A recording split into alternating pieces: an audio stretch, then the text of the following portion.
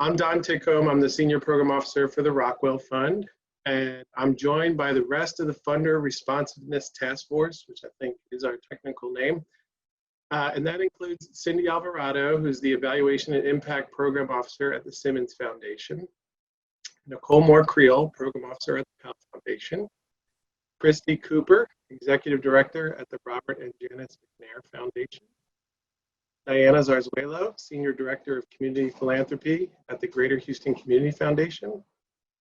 And we're also joined by Brett Sinclair, who's a data analyst at the Working Partner, and Alicia Jacobs, who's the Meeting and Events Coordinator at the Greater Houston Community Foundation. I see you all responding in the chat. Thank you. I want to thank everybody for making time for this, and thank everybody who participated in the survey, helping us understand how we are responding to this pandemic locally. And just also want to make sure we thank everyone who worked with us on this, including Ronnie and Mary at the United Way, Jessica Pugel at Working Partner, Ann Zeiker at Brown, Chelsea Chung at the Community Foundation. We really appreciate all your efforts, and we're very grateful. So now let's get started. So the uncertainty in our community is palpable, and it extends to our work in grant making. We're not isolated from this. And this effort is aimed at helping us gain a broader understanding of how our sector is responding and how we might learn from each other. 1 second. Many who registered expressed a desire to stay in community around this, and we're really excited to working with you. The problems we face cannot be tackled appropriately by each of us independently. We have to work together to coordinate, and we have to support each other.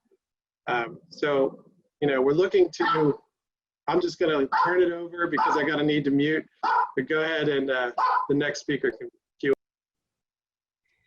Great, thanks, Don.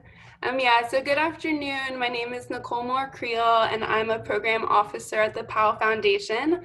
I'm excited to kick off the first part of our data and discussion this afternoon. This is quite personal and professional for us as well. At Powell, we've deployed more than 2.5 million towards COVID-19 relief to date. And as a primarily education-focused foundation, we've had to quickly shift to identify these emerging needs in our community and determining how to respond. And our fellow funders have been a pivotal resource during this time, so I'm looking forward to bringing a broader group into that discussion. To start off, we're going to just dive into the high level, what has the COVID-19 funder response been that we received back from the survey?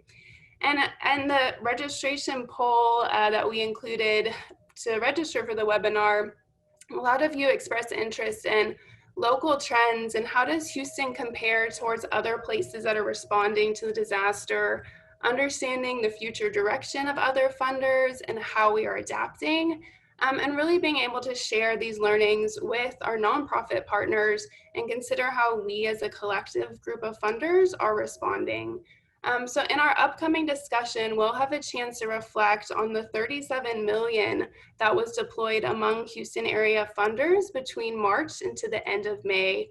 And the ability of funders to quickly respond to the crisis, both in interesting budget allocations and rapid response grant making to respond to those community needs. So we're gonna hold any questions or comments as we go through the data in this section.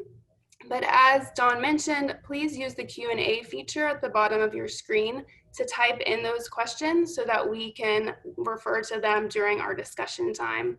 So I'm going to kick it off to Brett to take us through the data. Hi, everybody. This is Brett Sinclair. Good afternoon. I'm a data analyst with Working Partner, and Working Partner is a strategic planning and evaluation firm here in Houston.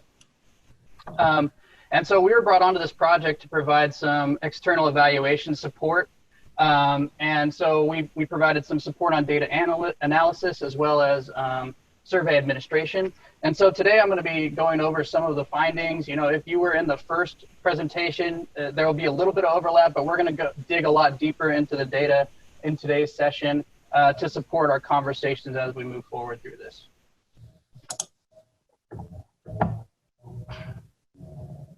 Sorry about that. And so I'm going to start off, dang it. I'm going to start off by talking a little bit about the total respondents. So the respondents that participated in our survey. So we had 38 total respondents. That's approximately about 40% of I'm sorry, I'm getting thing that's hard to hear. Can everybody hear me? I don't know. If you can't hear me, please let me know and I'll try to figure something out. I think you were a little low to begin with, but I think you got a little closer. So I think it's better now. And so I'm looking at the panelists and I think we all can hear you okay. Okay, thank you. So as I was saying, so that's about 40% of the total population that we reached out to participate in this survey. And so because that number is 40%, we can't say necessarily that this is representative of all funders in the greater Houston region. But with the representation that we do have and the nature of the funders that are included in this study, we feel we have a very robust sample of survey participants. And you can see a list of survey participants that were willing to be identified on the right. We also have very good geographic representation as well. So we have a good sample going on. Yeah, and just to iterate that we felt that this was really strong representation from the funder community, and we really appreciate your participation and how it can inform stronger grant making for our region. Right. And so we also provided a breakdown here of type of funder. This is self-identified type of funder, and then annual grant making budget for the people that responded to the survey. And so looking at type of funder, most respondents identified as a private foundation, followed by a family foundation, and then a corporate foundation or corporate philanthropy. And then we have this other group, and this includes support organizations as well as hospital charitable organizations. And so on this slide, it's important to make a distinguish between private foundations and family foundations. So a family foundation can be also considered a private foundation, but for a certain reason, people that identified as family foundations wanted to remain as a family foundation. So they identified that way as opposed to a private foundation. And so what we think this could be due to governance, the way that they're governed, either through a family board versus a non-family board.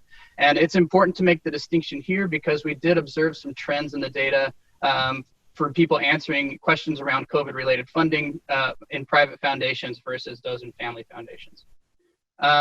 When we look at annual grant making budget, so we have most respondents in the under $5 million group, and so 45% are there. And then on the upper side at the $20 million and up, we had 18% of the respondents represented in that group.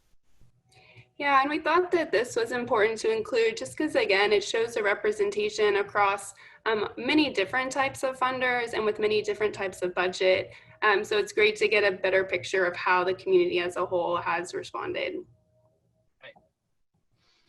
And so moving on to the COVID-related grants, we had 38 of the 38 respondents. We had 29 respondents dispersing grants by the end of May, COVID-related grants, that is. And so that represents about 76% of our entire sample here.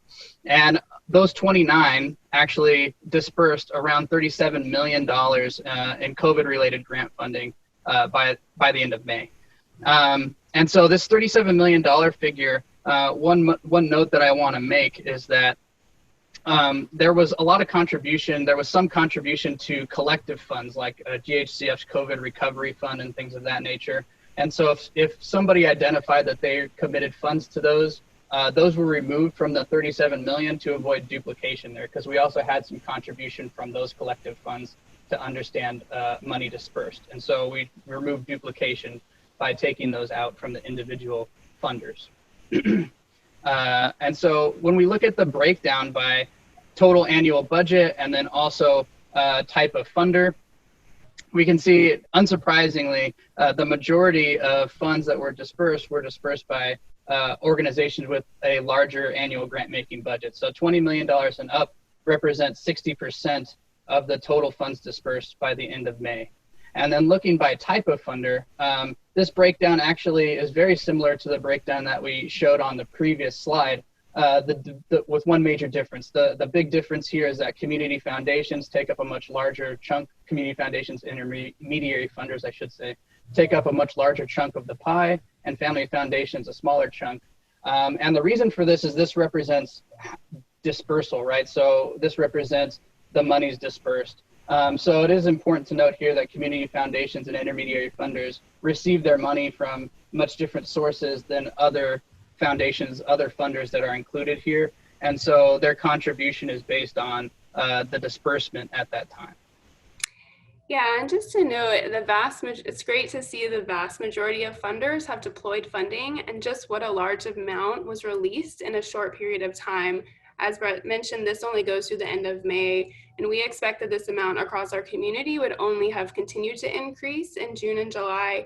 And something to think about, as the pandemic, it's not a one-time event that's ended. This is worse than ever in our local community. So really thinking about what do ongoing efforts look like, and there may be a future opportunity to provide additional data about how funders are responding as the pandemic continues. And so one thing that we wanted to understand was, where was the money coming from? What was the source of funds for these COVID-related grants? And so we asked funders that, what are the source of funds? Where are the monies coming from for these COVID-related grants for your organization? And so people were allowed to select multiple different sources, so they could get funding from multiple sources, so they were allowed to select multiple sources.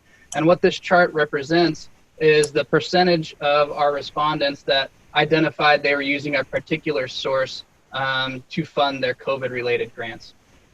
And so we have all funders over here, and then we also have a breakdown by type of foundation to the right, or type of funder to the right. And so as you can see in the all funders section here, most of the source is from reallocation of funds. So either reallocation of uncommitted funds or reallocation from current funding. And then when we look at the breakdown, some different trends emerge. So family foundations and corporate foundations were actually more likely to see an increase in grant making budget, as you can see with this blue bar on the right side here. And in addition, family foundations were more likely to have an existing disaster set aside compared to other foundations.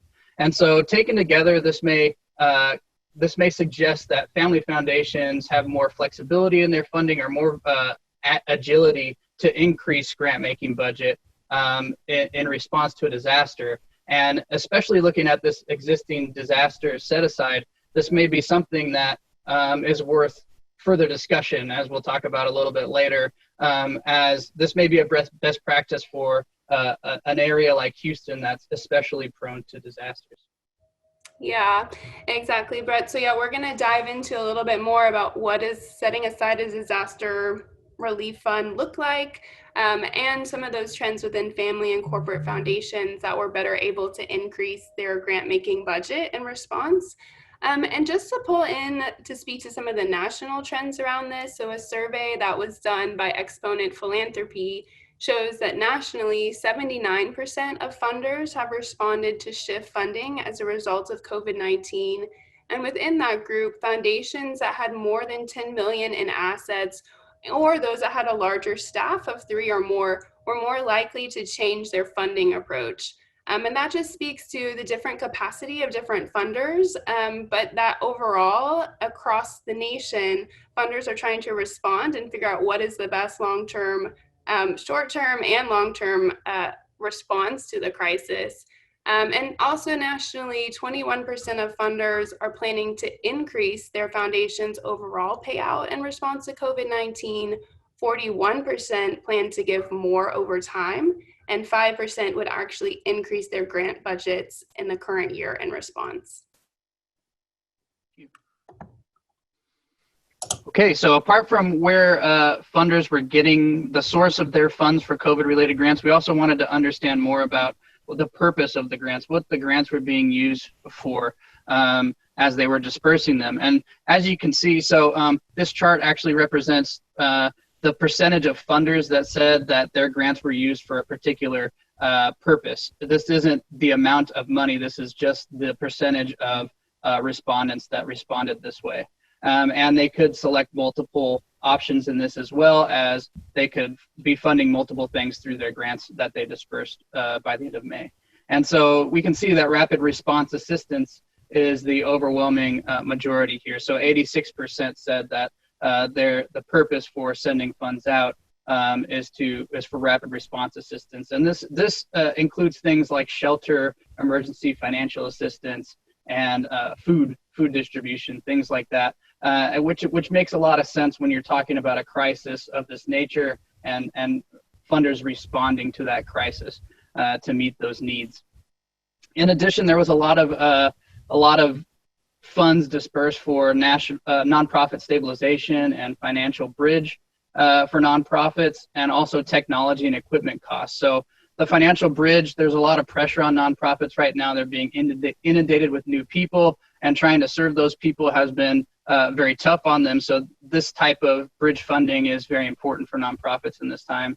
And then, as we know, we're all moving to technology now because we can't meet in person. And so technology and equipment costs for those frontline staff at nonprofits is also very important, getting them on those virtual platforms, which they had not had in place previously or may not have had in place previously. And then also PPE for people that are interfacing with the public. That's all included in those, in that section. And just important note here in the other section, this is all research. So this is research on COVID-related issues, mostly medical research. Yeah, and in the discussion, we'll get to dive in and hear from different funders to talk about balancing these two key priorities, obviously the rapid response assistance, trying to feel the urgency of the immediate needs in our community, and then also the support to these nonprofits that funders have supported for years and years, and how can you make sure that their efforts are able to continue, and that they don't have a long-term financial hit from this crisis that they can't recover from. And then, so lastly, in this section here, we also wanted to understand of these COVID funds that are being dispersed, who is receiving these funds, and who was eligible for the funds, and other considerations for eligibility. And so when we asked funders, was it new grantees that were new grantees able to access these funds? We did see that 62% were allowing both new and existing grantees to apply for these funds and considering them for the funds. And so we also looked into the breadth and spread a little bit more deeply using another tool that we had. So it was the COVID-related grant spreadsheet, which was an optional attachment to the survey. And we received 13 of those, so a sample of 13. But so it's a rather small sample, but we will say that those 13 that submitted represent about 70% of that $70 million that was dispersed by May. So it is a pretty good sample, pretty robust sample there. And from those 13 workbooks, basically on there, what they did was list nonprofits, the amount of funding that those nonprofits received, and then the purpose of those funds.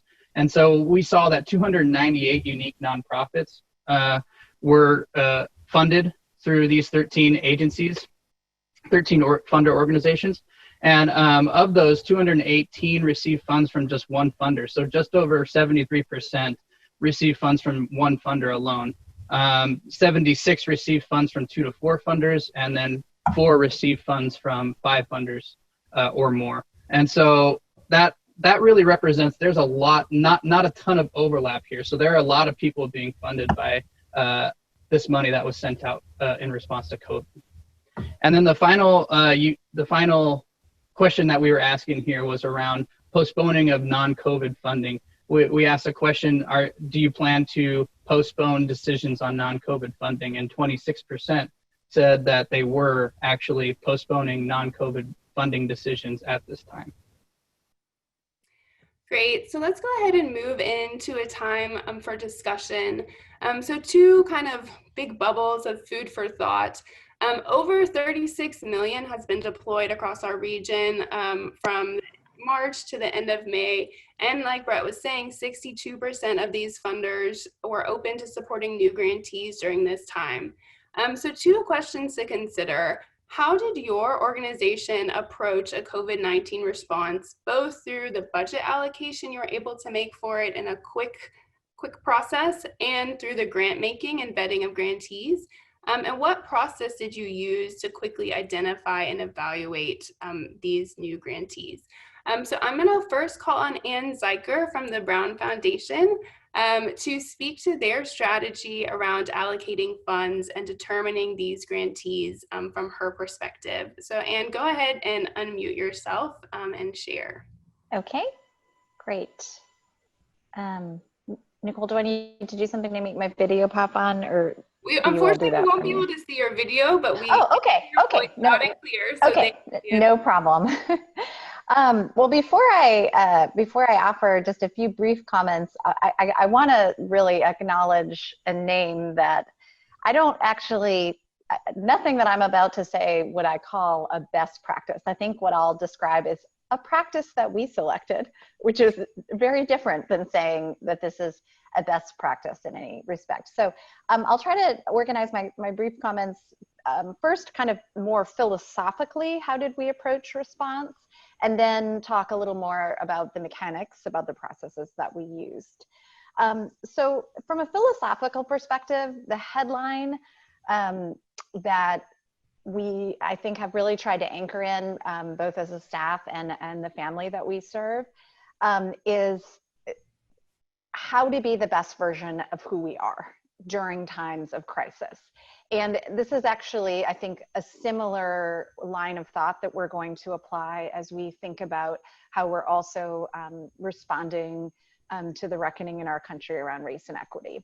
And so what we mean by that phrase, and I think where we tried to focus our thinking, is crisis is not the moment to abandon that which is what you know how to do well. Crisis is not necessarily, crisis can be a moment for innovation and for open-mindedness, but at the same time, crisis might be a moment where, like, the way that we felt that we could add the most value is to be true to kind of who we are, but in a more true way. So again, I think what that looked like in practice to be the best version of who we are is we stayed true to the things that we know best, right? Like, we're not going to venture into vaccine development because during normal times, we have no capacity, we have no knowledge, we have no expertise in these kinds of areas.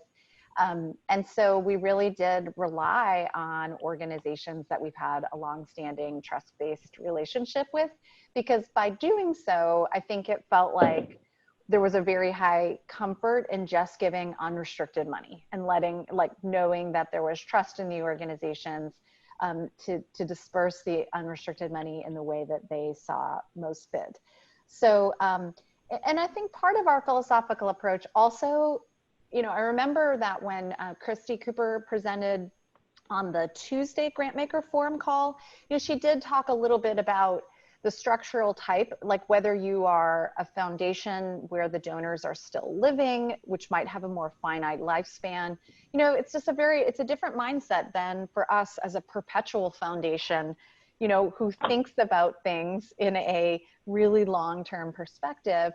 We knew that we wanted to be at the table to respond, but we also wanted to recognize that our nonprofits are going to need sustained funding for the long haul. And so even as early as March, you know, we really were trying to think not just about what are we doing right now, that strong impulse to act now, the urgency, which we all feel and is a rightful response, but also thinking about we need to recognize that this is going to be minimum an 18 to 24 month enterprise and ultimately could even be longer. So those were just some of the philosophical things that we were discussing. You know, in terms of process, I don't really know that we did anything particularly notable other than it was very, very, very important to us to clearly delineate what we called emergency grant making from regular grant making. And this also intersects with the budget question, because first and foremost, there was a strong commitment across our staff and our board. You've got to protect the core, and core means the organizations who rely on us year over year for general operating funding. We wanted to make sure that that was protected. And there are some idiosyncrasies of how we do grant making that enabled us to confidently say we will not have to cut or postpone our regular grant making, and so we were able to do that. And so one of the more mechanical ways that we went about this is we wanted to actually separate regular requests and emergency requests. So we actually did create a separate form, a separate request form for emergency grants. And part of this is even our own data keeping, right? In 5 years, we want to be able to understand what money we dispersed and why. So that was a little bit of a hard choice, because by creating a secondary application, you know, we did recognize that that asks more of the grantees. So and we did it knowing that disadvantage or that downside. And so we really just tried to focus on making it as short as possible.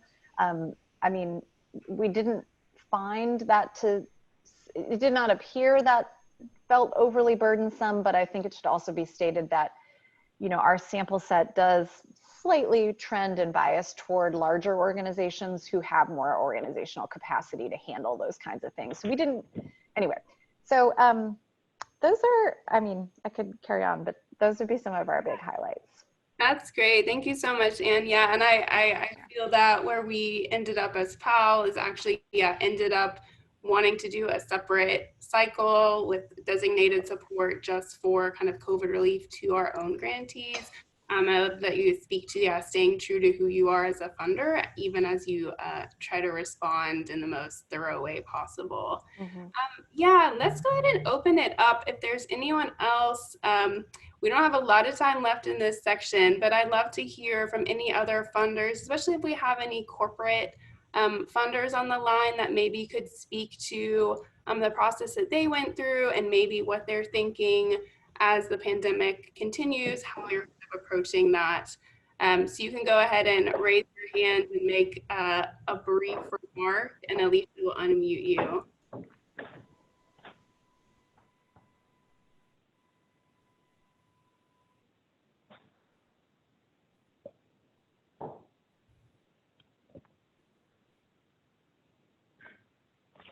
Okay, well, I'm used to my teacher wait time. So maybe we have one with our last 1 minute that we have left. I'm going to ask Christy from the McNair Foundation to speak to just very briefly some of your thoughts around the disaster set aside that you all have created, and just what that has looked like during this time and how that may be a best practice for other funders. Sure, happy to make some comments. I loved Anne's comment about kind of this idea of best practice. I don't know not that any of us are doing our best work right now, whether that's at home or work. And in some days, I feel like it's fly by the seat of your pants kind of work. Interestingly, the McNair Foundation began a new budgeting methodology in early 2019. And we made the decision to do so in late 2019, and then put kind of this new budgeting methodology into place beginning in January 2020. And the idea wasn't necessarily a disaster set aside, it was a contingency budget. And we found that after Mr. McNair had passed away, we just needed to put in some new practices. When he was alive, if something wasn't in the budget, that's okay. He'd just make an additional gift to the foundation. And our family had that luxury of having a donor still living that could make additional gifts. But we knew that wasn't going to be the case beyond Mr. and Mrs. McNair's lifetime, and she calls it beyond her graduation. And so we began to create a contingency budget so that if a really exciting opportunity came up or a disaster, we could be nimble and, make some grants. In fact, I remember we were talking about this right about the time of the Notre Dame fire. And I use that as an example that if we had wanted to make a gift to the Notre Dame recovery that, we didn't have any kind of budget to do so. So we set up a contingency, and the family is working toward having a percentage that every year will be in the as a contingency in the budget, and we'll be able to allocate however we want to. If it's not used in a given year, we'll just keep it into our investments. That's great. Thanks so much, Christy. And I know this discussion, I feel like we've just barely touched the surface, but we have a lot more to dive into. So please feel free, if there's other questions that kind of come up or if this is spurring your thinking, add those questions into the Q&A. And if we have extra time at the end, we'll be able to dive in more. But now I'm going to hand it over to Christy to kind of talk about some of the trends in future giving that have come up as a result of COVID. So as Nicole mentioned, I'm Christy Cooper. I've been at the Robert and Janice McNair Foundation as the executive director the past 3 years. Never did I think that we would be in the position that we are today and I would be on this webinar. I'm glad to have the opportunity to talk about future trends because I don't know about all of you, but it feels like Groundhog Day every day. And so trying to think about the future and how we're going to overcome this is an enjoyable part of this presentation. And we have learned a lot in the past few months about grant making and had to be real flexible and such, but we still have a lot to learn. And I'm hopeful that how we position ourselves for the future will really ultimately help our nonprofit partners and help our board make decisions and allow us to learn how to operate our foundation in new ways and maybe be more efficient or take on some new processes or systems. So with that, I'm going to turn it over to Brett. I'd say please add your Q&A into the Q&A function at the bottom or raise your hand and our lovely hostess will call upon you. Okay, thank you, Christy. I'm sorry about the technical difficulties earlier too. I hope everybody can hear me now. I'm on the phone now, so it should be a little bit clearer. It took some time to get on there, but I'm on it. And so I'm going to start off with the trends around future giving and how funders are thinking about future giving with looking at the expected increase in annual grant making budget in 2021, as well as looking at trends in annual grant making budget from 2019 to 2020. And so in the chart below, what you'll see is the vertical bars here represent the expected change in budget in 2021, whereas the breakdown in between represents the change that occurred from 2019 to 2020. So we have somewhat of a 3-year trend here. And so what we notice is if you add up all of these kind of pink, the increase in 2020, nearly half of the funders, 45%, saw an increase in grant making budget from 2019 to 2020. But there is a lot of uncertainty for 2021. So you can see that right here. This not sure yet bar represents 37% of all funders responding to the survey. And that's even more pronounced when you look at just funders with a budget over $5 million, as those funders responded, 50% of them responded not sure yet when they were thinking about funding for 2021 and their expected annual budget. So this is important because a lot of the largest funders are still experiencing uncertainty. And as we watch this pandemic continue and plan for not just continued response, but recovery, we really need to think about what are the root causes of the uncertainty, and for staff members or board members, what we can do to help our organization kind of navigate through these uncharted waters. So, is it, the market? Are board members concerned about all the, everybody's portfolio has dropped, your own 401k or the foundation's assets. So is it a market that's causing the uncertainty, although we've seen some rebounds? Is it the board's lack of experience in this?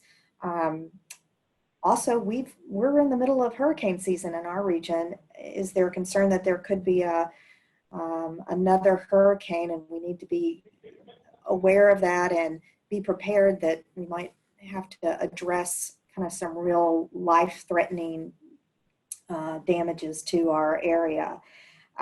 So, we're eager to engage with all of you on what's causing this uncertainty and what we might be able to do to, ease some of it as we consider, future decisions. A lot of money has been deployed to date, but the longer this happens, longer this continues, the needs are still out there, and we just need to know what's the cause of uncertainty and be positioned to be able to help each other through this. It's part of our job to help our board, and calling upon each other as resources will be important. Great, thank you, Christy. And to that end, we did ask funders kind of to tell us what they want to know. What do you need to know when you're thinking about funding going forward? What are the biggest question marks? And so we provided 5 questions and asked funders to rank those questions in order of importance. And we can see the ranking here in the middle of this slide here. So number 1 was, what are the evolving needs of nonprofit organizations in the area? So we know that there's a lot of things changing, a lot of things that are moving, and nonprofits are really, as I said before, they're getting inundated with new folks. It's hard to get those things out. So what are the evolving needs of those nonprofits, and how can funders meet those needs? Number 2 was, what communities have been impacted the most? I'm guessing to target more funding toward those communities that have been most impacted. And what is the financial outlook for our organization in particular? And then that's followed by what other funders are doing, so locally as well as nationally. And in this section, we also allowed people to check an other box if there was something top of mind. Sorry, go ahead. No, Brett, sorry to interrupt there. While this data had been collected in May, here we are in July, and some of the evolving needs of the nonprofits are growing, and then the community impact is changing. Initially we saw a big uptick in cases with the Black community, and now we're seeing it with the Latinos. I've really appreciated the data that the United Way has gathered on the zip codes that have been most affected or that have been calling in to the 311 line. That's important for us to guide our decision in how we might be investing in these communities that are most impacted. I just recently heard some data that nationally fundraising is already down about 6.5% with our nonprofits. And, I would expect that to grow. So, talking about the financial losses to the charities, I think that there's going to be more to come.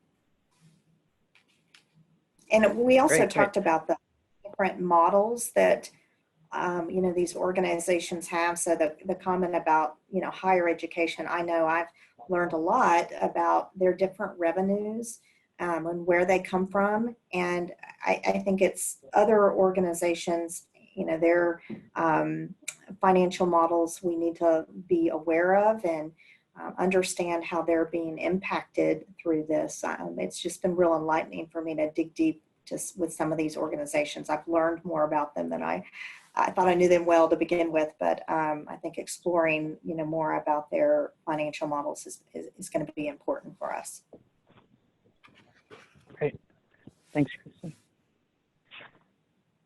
And so on top of that, we also were wondering, in consideration of future grant making, a lot of funders are offering multi-year grants right now. And so is COVID affecting their thoughts on how they're offering multi-year grants? And what we found was most funders' thoughts were not significantly affected. So if they had previously offered multi-year grants, they were going to continue. And if they had not previously, they weren't going to start. You can see on these first 2 bars here, 45% said if they previously, they will continue, and 24 if they had not previously, they're not going to start offering multi-year grants. So that's the majority of funders that responded to this. There is slight uncertainty here with 21% saying not sure what to expect, but that is a lot lower than in other areas around future funding. And so the uncertainty is still there, but it's a little bit more certain on here that usually people are going to stay where they are. So if they're doing it, they're going to continue, and if not, they're not going to start. And I'll just add here, Brett, that I think this is good news for our grantees that, multi-year grants are continuous and there's still plans to do so. I seem to recall that there was some concern about that in past economic downturns. I suspect that foundations begin to plan better, and that is maybe the cause of why they're feel more confident in, continuing these multi-year grants. So I think it's good news for the nonprofits.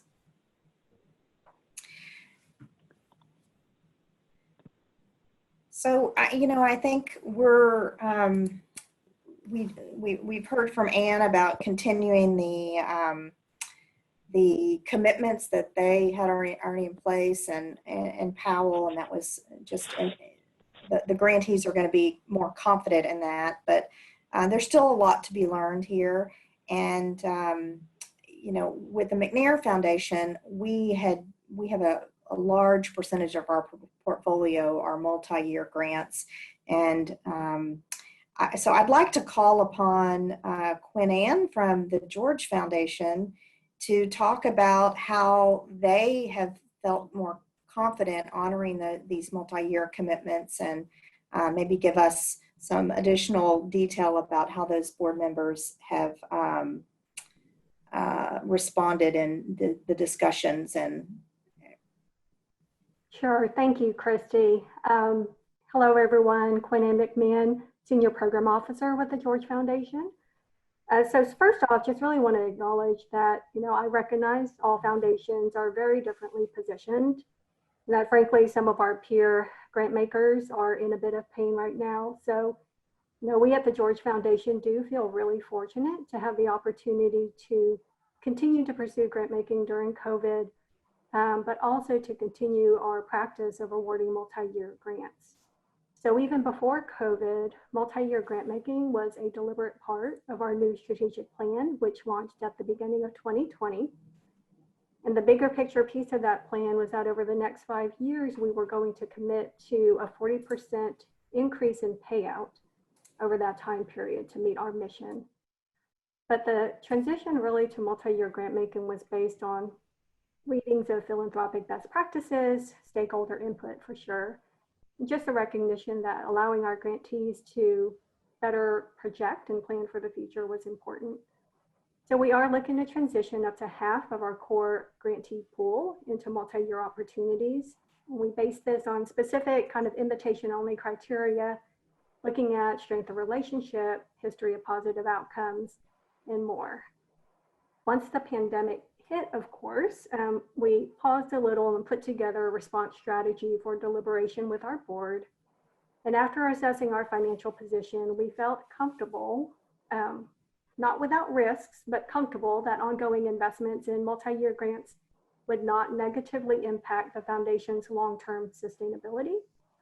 Our investment portfolio allocation has approximately 7 years worth of required distribution in fixed income and cash, and that's intended to provide funds for grant making during a downturn. It also gives us a pretty long lead time to pivot or shift strategy if needed. We also have real estate and oil and gas as well. And lastly, we were also very fortunate to have carryover funding from previous years, unallocated, which enabled us to invest in recent disaster grant making. So I've been with the George Foundation for just over 6 years, and we have had 2 major floods in Fort Bend County, Hurricane Harvey, of course, and now COVID. And we, through the leadership of our board, have decided to fund through all of those disasters. The trustees were also willing to take some risks with these multi-years, understanding that programming models have changed and will continue to change during COVID. And we recognize that sometimes those plans that our grantees have on paper may not actually come to fruition, or they may shift significantly depending on how the pandemic evolves. But ultimately, we trust our grantee partners to pursue their missions in the best interest of their clients and our community. We even have acknowledged that some organizations may end up closing due to COVID. However, we felt the potential loss of critical services by not supporting them in their greatest time of need outweighed the risk that we were taking in giving those multi-year grants. So some positives from the pandemic that we're already seeing are service improvements and innovations born out of necessity that actually, in my opinion, better support client needs. And while some grantees have pivoted toward direct emergency relief, which may generally fall out of their core mission work, we don't see this as mission creep, but really repurposing assets and capacity to meet immediate emergency needs during a pretty incredible time in our world. So obviously the environment is still very difficult and it's early on. And again, some level of risk that we're continuing to manage, but we just see overall just a spirit of trust and collaboration that continues to emerge in our community in response. Thanks, Christy.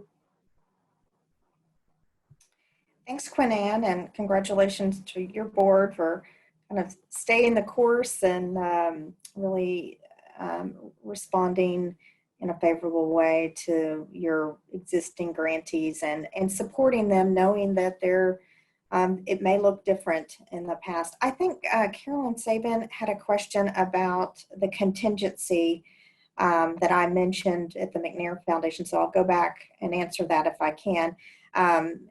So the McNair Foundation already gives beyond 5%. Actually, historically, we've given 12 to 15. We're trying to dial that back a little bit to some degree. So yes, it is above the 5%. This year, we're probably going to give away about 9%. Are there any other questions? Please use the hand response or type them into the chat. Otherwise, we'll move on to the next section. All right, thank you, Christy. So I'm Cindy Alvarado, Evaluation and Impact Program Officer with the Simmons Foundation.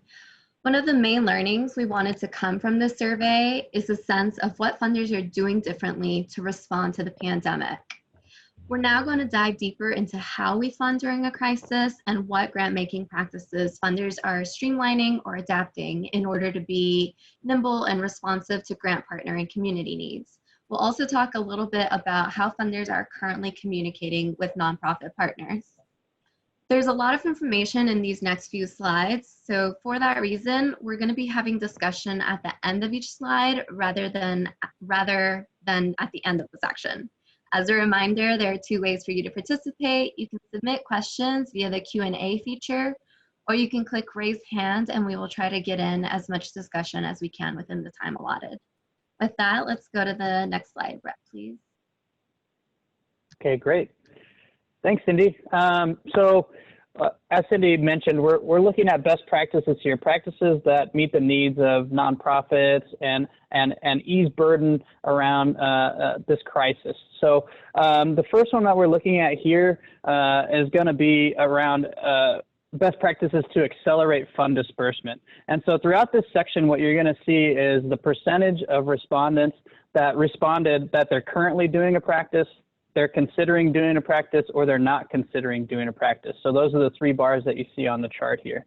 And so in terms of accelerating funding, you can see there is a lot of work going on in accelerating funding, especially around electronic fund transfers and accepting applications and reports electronically. But there's a little bit less going on the right side, which are more novel approaches to accelerating funding. So there's not much consideration for accelerating disbursement of existing commitments or automatically renewing grants for returning grantees. And so the other thing that is of note here is if you look at the middle bar in each section, that's the considering but not doing applause, so that's the indication who's considering doing this. And you can see across the board, there's not a whole lot of consideration. You're either doing it or you're not doing it.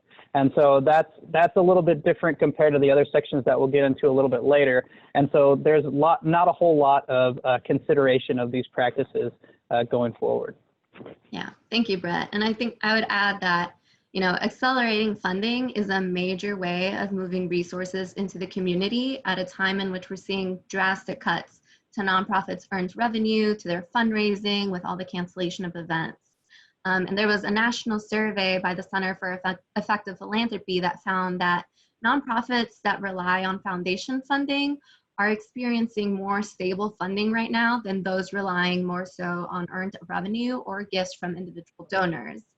Given that there is a lot of uncertainty around future grant-making budgets, the practices shown here can be very helpful in allowing grant partners to continue to adapt and respond to the effects of the pandemic and to plan, just like Quinn Ann was mentioning previously. I want to focus on accelerating disbursement since it was third highest. So accelerating disbursement was almost evenly split in those doing it and those not considering it. I'd like to open it up and hear from both sides. I'm curious as to see what stands in the way of accelerating disbursement of existing commitments.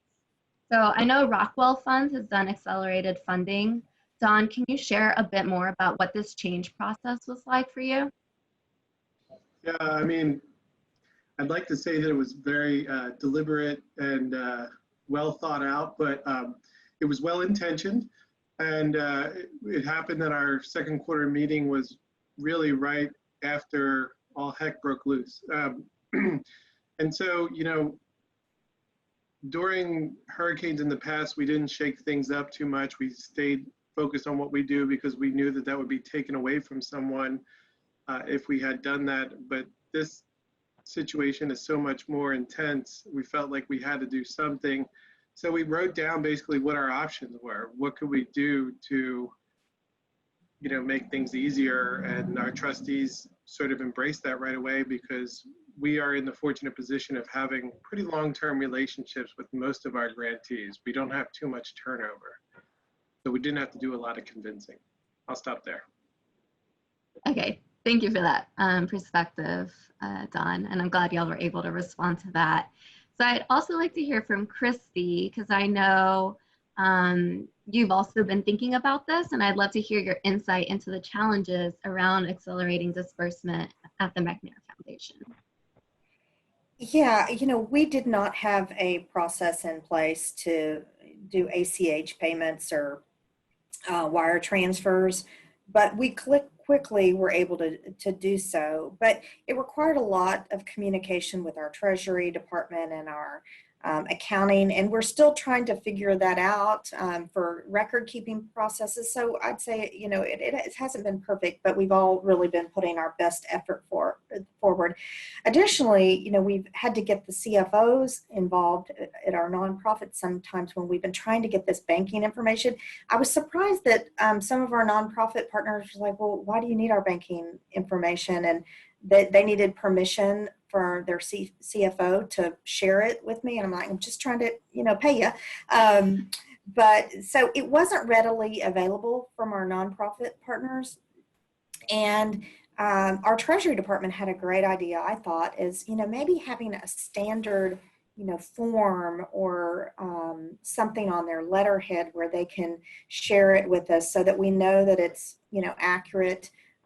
We're not transferring funds to, you know, someone erroneously, but we're going to think about putting together some kind of template information that they can provide us that, you know, has all of their the relevant information to make these payments. So, you know, it's requiring us to learn along the way. And while it's not perfect, I think going forward, we may be moved to ACH payments permanently.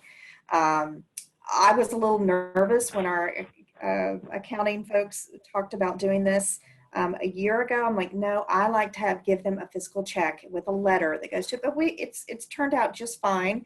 But we have learned that we needed to communicate with different people at the nonprofit than we were accustomed to. And Yeah, thank you for sharing that. I'm glad your journey has been a smooth one and it might become a permanent change. And I think alone, just doing some learning around electronic fund transfers and how to do ACH in a safe way for both parties would be helpful. I know at least to our foundation, but I'm sure others on the webinar as well. Alicia, do we have any participants who have raised hands, or are there any questions? I'd like to open it up to other people who might have thoughts or reflections.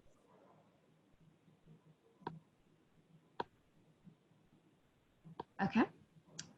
All right, then let's keep moving. Okay. So the next set of best practices that we're looking at here approaches to, oh, it looks like we skipped one. I'm sorry. Let me go back. The next set here is to streamline application and reporting processes. So as I said, nonprofit grantees, they're experiencing a lot of pressure right now. And so anything to ease the burden on them can be helpful to nonprofits in this time. And so what we're seeing here is there's a lot of people that are unrestricting programmatic grants to general operating, not so much for capital grants, but as we move to the right, there's a little bit less actually being done. But the thing of note here is that there's a lot of consideration of these efforts.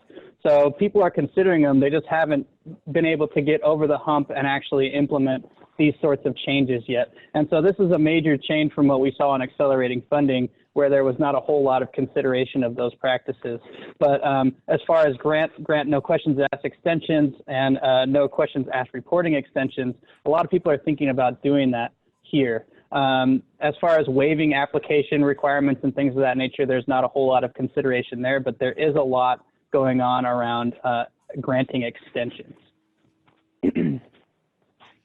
Yeah, so overall, I mean, grant makers have created more flexibility within existing grant and grant report requirements, which is great.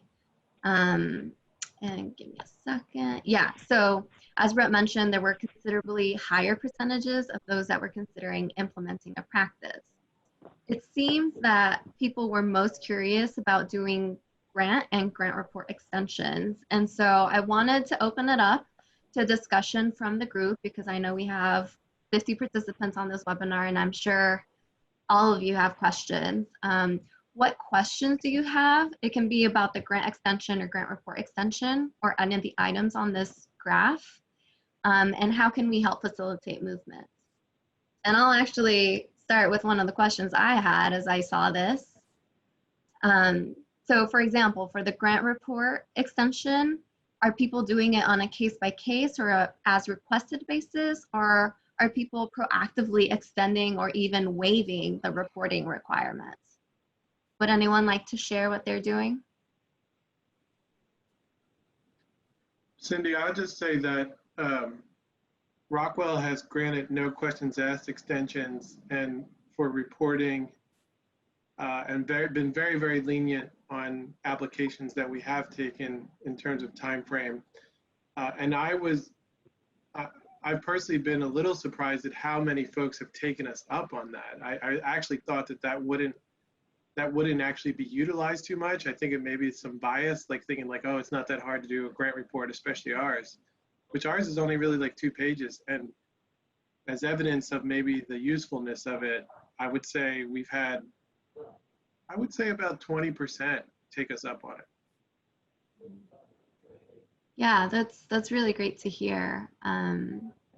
We've also done grant and grant report extensions, and we've had just a few. We announced it via mass email to everyone that would be an option, and we've had a few people take us up on it.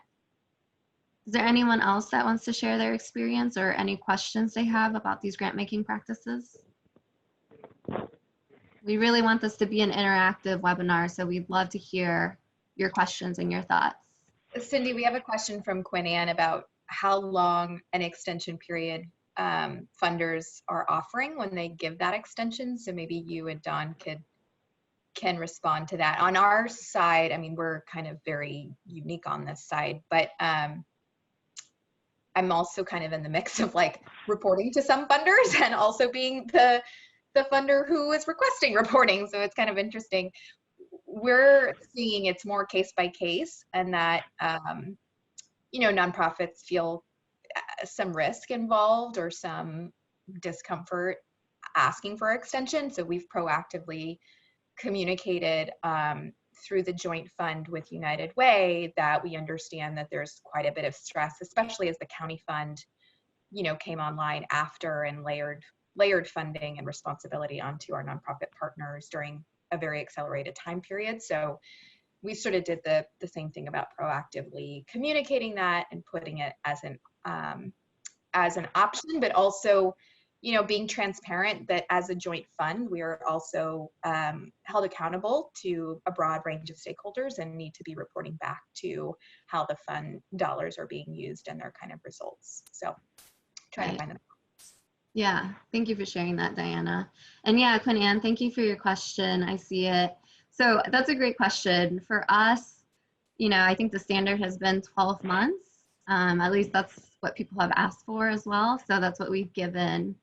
I'll let Dawn answer, but I think a related question for me on this as well has been, if we're giving a grant extension of 12 months, how does that impact, if at all, a 2020 grant award you might give out? Because in a non-pandemic scenario, if we granted a grant extension, we normally wouldn't, we would be like, use the leftover funds this year, and that means you can't apply this year. So just throwing that in there as well.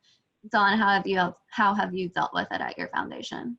The letter at Rockwell, the letter of the extension was 6 months, both for the actual grant and for reporting. The second part of the question, case-by-case basis, we haven't run into it yet with any of the current grantees, but I suspect Q4 is going to be very complicated for us. We have a lot of after-school programs and in school-based programming.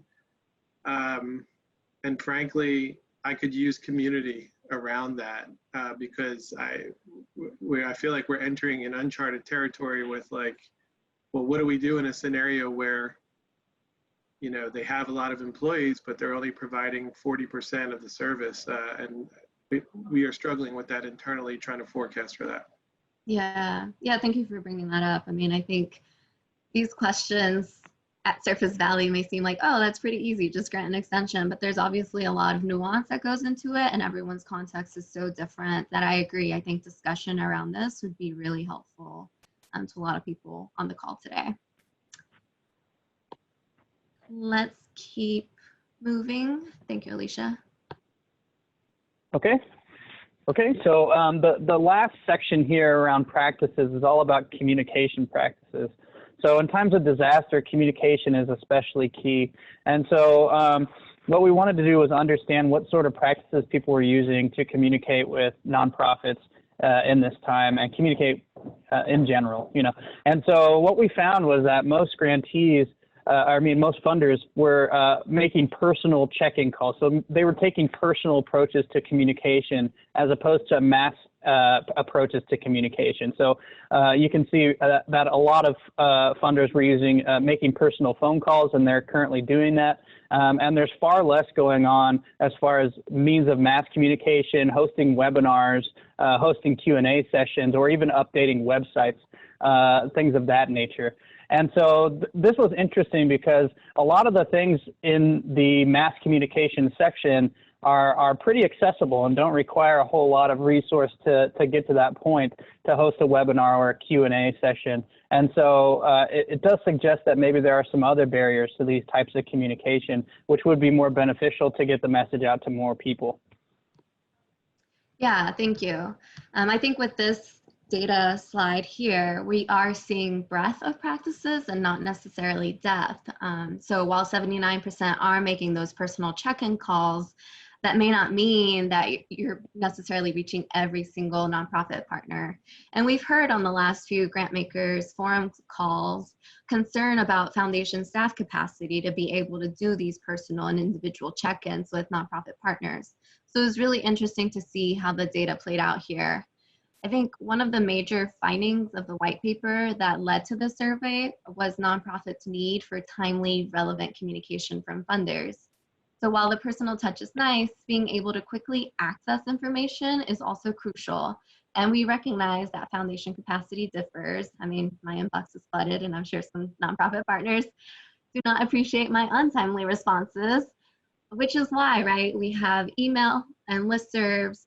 Providing website updates can be something easy to do, and webinars. Those are all great options to, one, extend your reach, and two, to make sure everyone has equal access to the information they need in these uncertain times. And I think it's also important to consider how to proactively put information into nonprofit partners' hands, so to speak. So again, right, like if you have a listserv set up, the information goes directly to their email rather than nonprofit partners having the burden and the onus of having to go check every foundation's website on a weekly basis to see if there's an update. So I want to open it up here because I thought this slide was so interesting, and I wanted to know, like, what are some of the things that have emerged for your foundation as you think about communication methods during a crisis? And I'm going to start it off actually with an example from our foundation. Oh, I see she's on the chat. Kelly, would you like to speak more about the community coffee chats?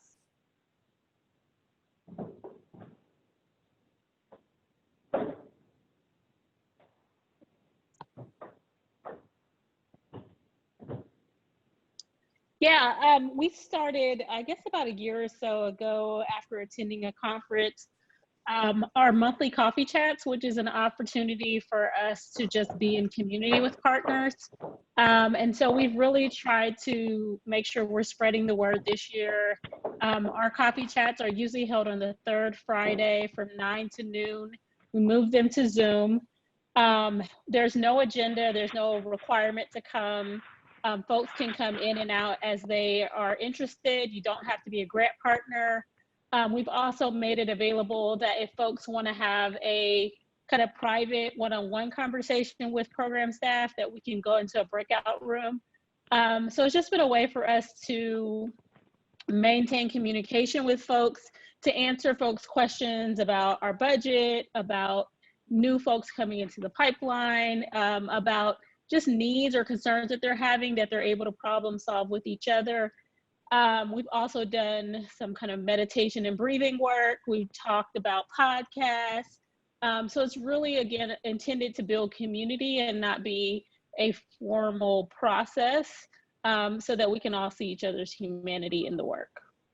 Yeah, thank you for sharing that. And I'll re-emphasize that, again, it's 4 of us at Simmons, so we really wanted to find something that was low barrier, low effort on our part. We just do a social media post. There's no other work that goes into it that's required. And open the invitation. I mean, anyone's welcome to join. We'd love to have other funders on it as well. But that's just one idea, right, of how to be in community right now in a virtual way and share out information that's needed. I'd love to, does anyone have questions or anything that they'd like to share that they're doing?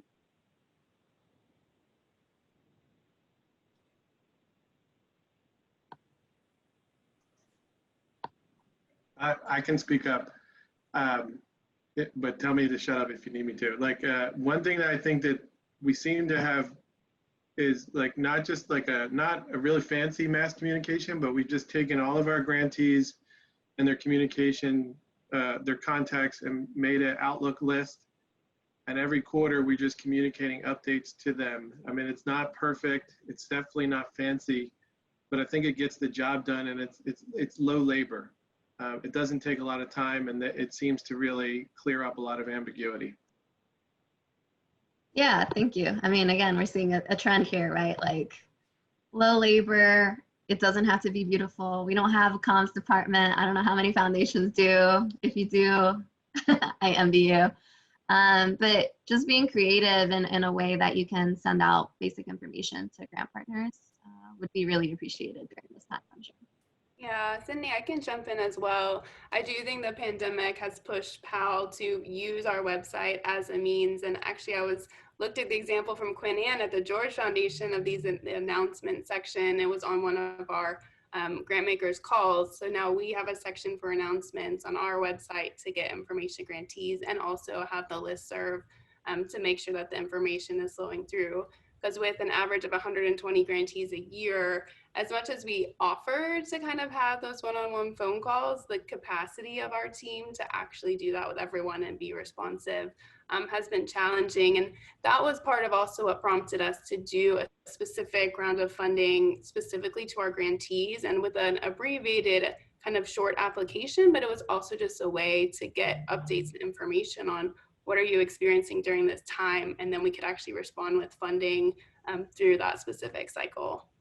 Yeah, I like that. The information goes both ways when you start establishing those channels of communication. And I'm definitely going to go check out the George Foundation's website then for that.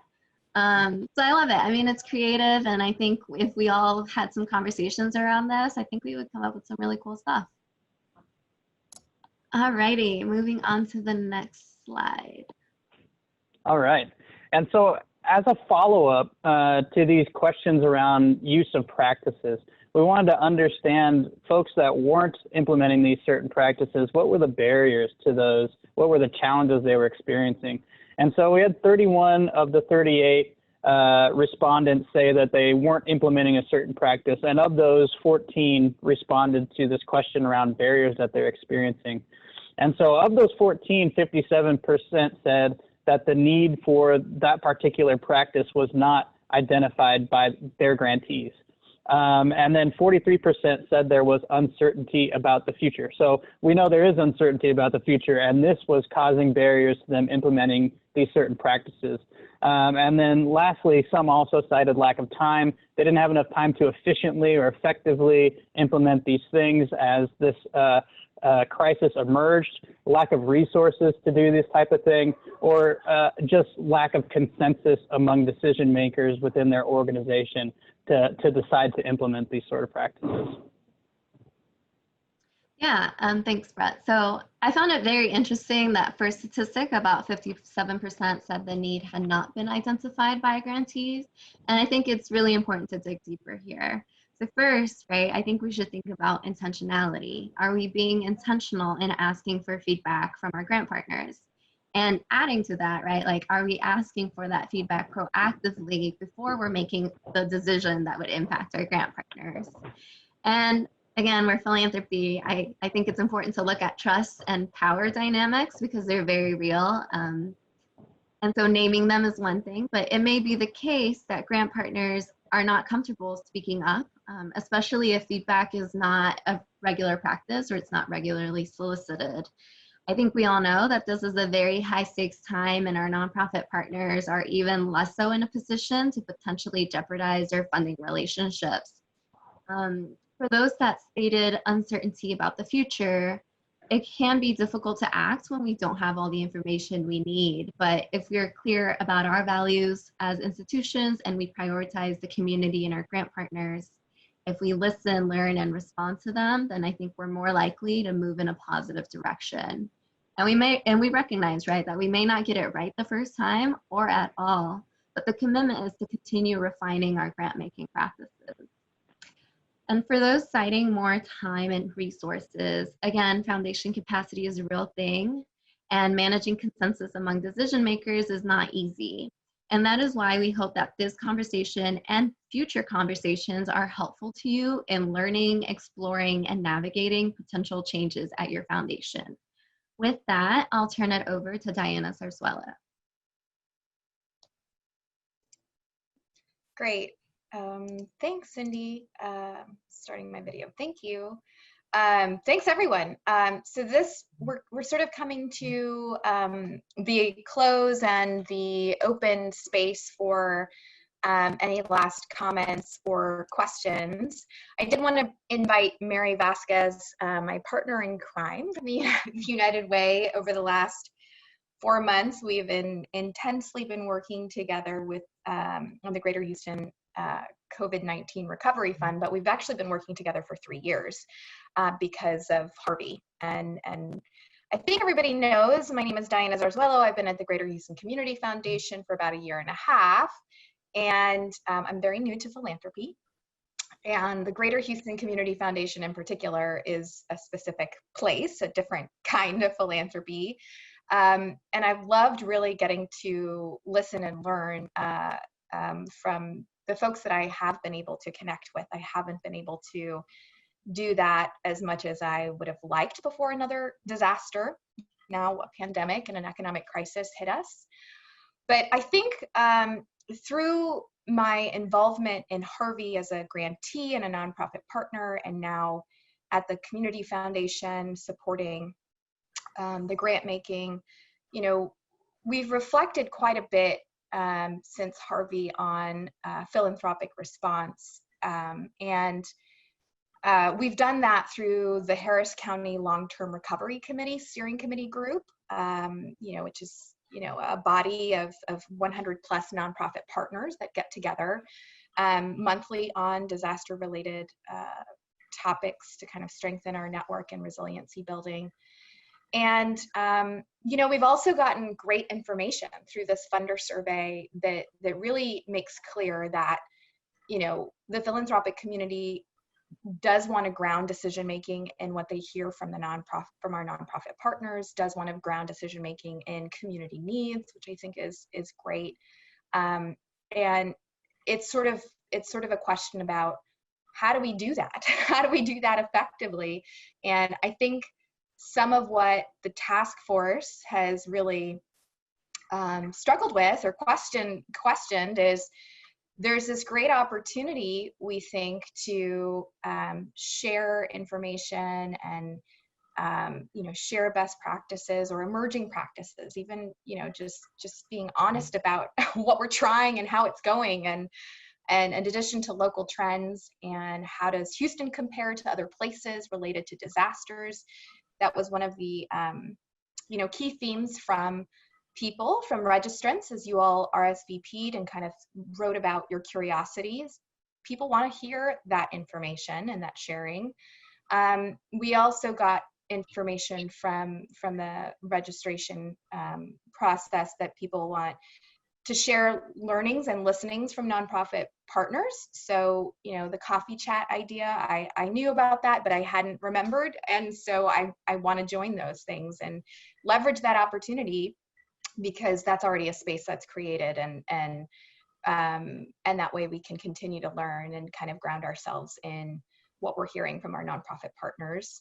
And another theme that came out is funders are interested in how we are all adapting in response and really understanding the future direction of other funders and how we're all adapting longer term.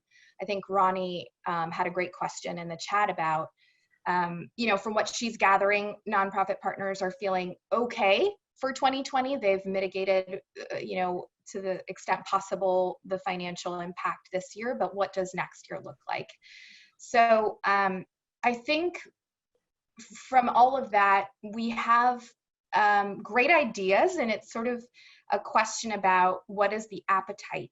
That's sort of what we've wrestled at. What is the appetite for really collaborating, and, you know, this idea of, you know, having greater impact and being something more than the sum of our parts through increased collaboration? And are we really able to be generous but also realistic about how much we can resource collaboration and prioritize it? I think that's one of the barriers that we see to moving forward. And I think we've also identified some other practices that we can learn from. And, you know, one that comes to mind is the Galveston County Recovery Fund is a standing recovery fund. Should we be imagining a Harris County Recovery Fund with a collaborative funder council that is already positioned to respond during disasters and invests in building our ecosystem and resiliency in between disasters, because we're Houston and we know that this is just going to be our future. We've talked about formalizing a process to share what we're hearing and learning from nonprofit partners at scale. You know, the Greater Houston Community Foundation led kind of a process to do a nonprofit survey in early March to kind of assess where nonprofit partners were. And we've been really hesitant to do that again, because we know there have been a lot of efforts to get a ton of information from our nonprofit partners, and they're incredibly strained, and there's been a number of surveys, so we're really challenged, honestly. We're on the fence. We know that adds value to ourselves, but Is that something that we all agree would be a valuable enterprise, and how do we want to work together to do that? Because things have really changed a lot. And what are our nonprofit partner needs now to kind of shape how our funding strategies moving forward?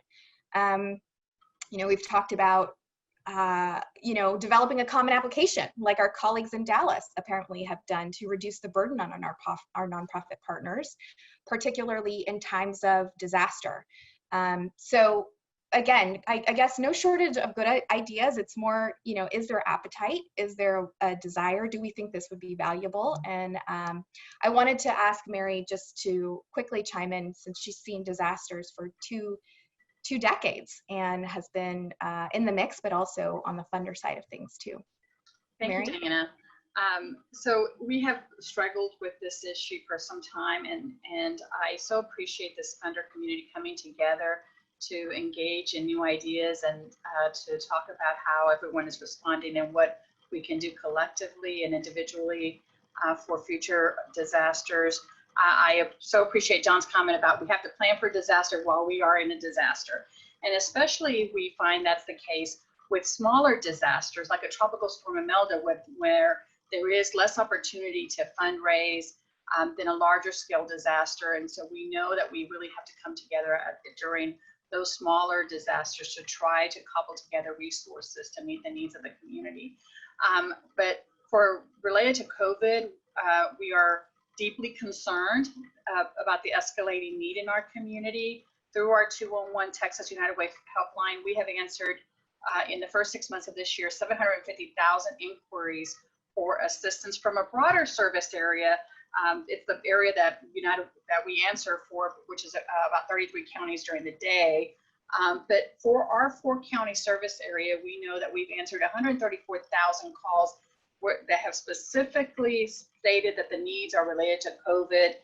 The top need being rent assistance, followed by electric payment assistance, followed by COVID testing and food. And we are alarmed that there is resources out in the community right now, but we are really concerned about what does the fall and winter months look like when a lot of our grant making will be depleted for COVID from the recovery funds that are out there at this time. And we do see the escalating need for some time to come. So this is a great opportunity for our funder community to continue to come together in the next few months to continue the conversation, the dialogue about what we can do collectively for COVID and for future disasters. So I'm so excited that we are continuing to engage in this manner. And I'm always available should you all have any questions.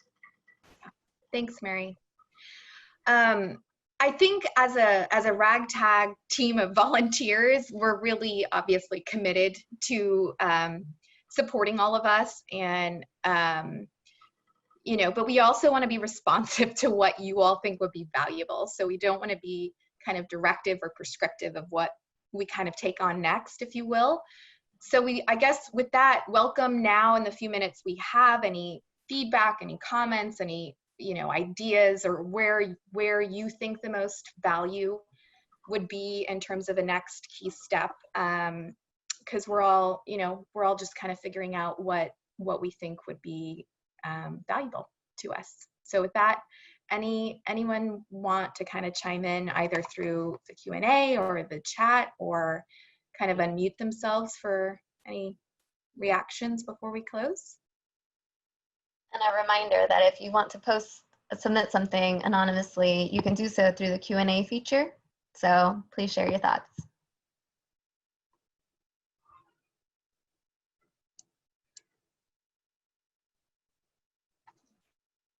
Ronnie has a question, says, how can we use our calls to continue discussions like this without burdening anyone? We'll be planning for our September quarterly meeting. What role can that play? So I think what Ronnie's getting at is, can we, I don't know, like it's one thing to collaborate, but if we're having several meetings a month collaborating, when are we doing work? So I think that is something we need to keep in mind. Mm-hmm.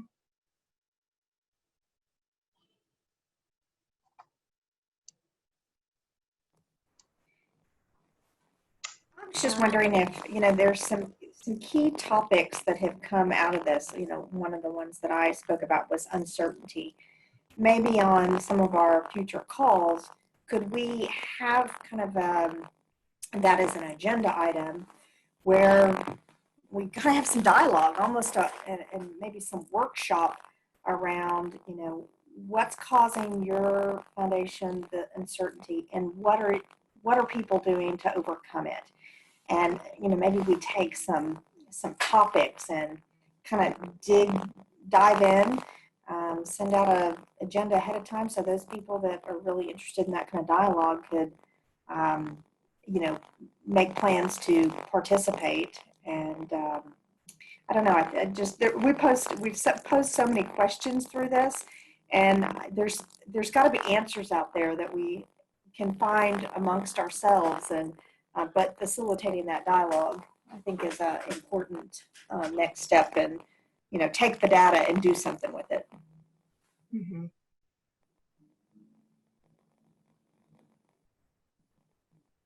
Yeah, thanks, Christy.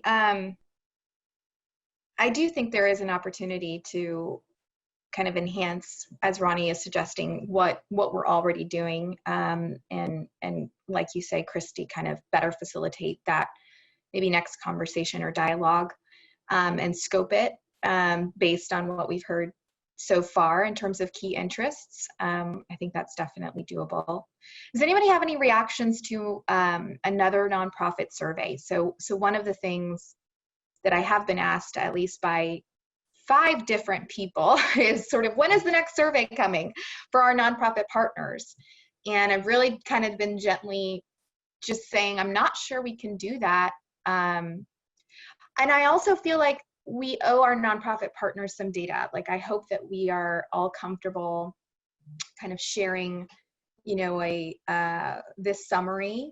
We want to be, we will be going back to kind of, take out and remove the names, but any reactions to that? I feel like we should do something with our nonprofit partners potentially before asking again for a nonprofit survey. But is a survey a good idea at all? Would people find that useful? I think I'm with you, Diana. Like, I feel there's a lot of survey fatigue, and like, I know surveys are meant to be, they're an effective way to get a lot of information at once, and then you can play around with the data, but it is still a burden. So I agree, we need to communicate this back, because this is something that what prompted this whole project, right? So yeah, I would pause on the surveys, in my opinion. Yeah. Yeah, and there's also a potential opportunity that we're still ironing out the details, but we've been approached by the RICE webinars that they've been giving out targeted towards nonprofits, and that's slated potentially for August. I think a couple of the folks from that are on the call, just wanting to hear, and they were actually really impressed that we as funders have organized and are really taking this seriously.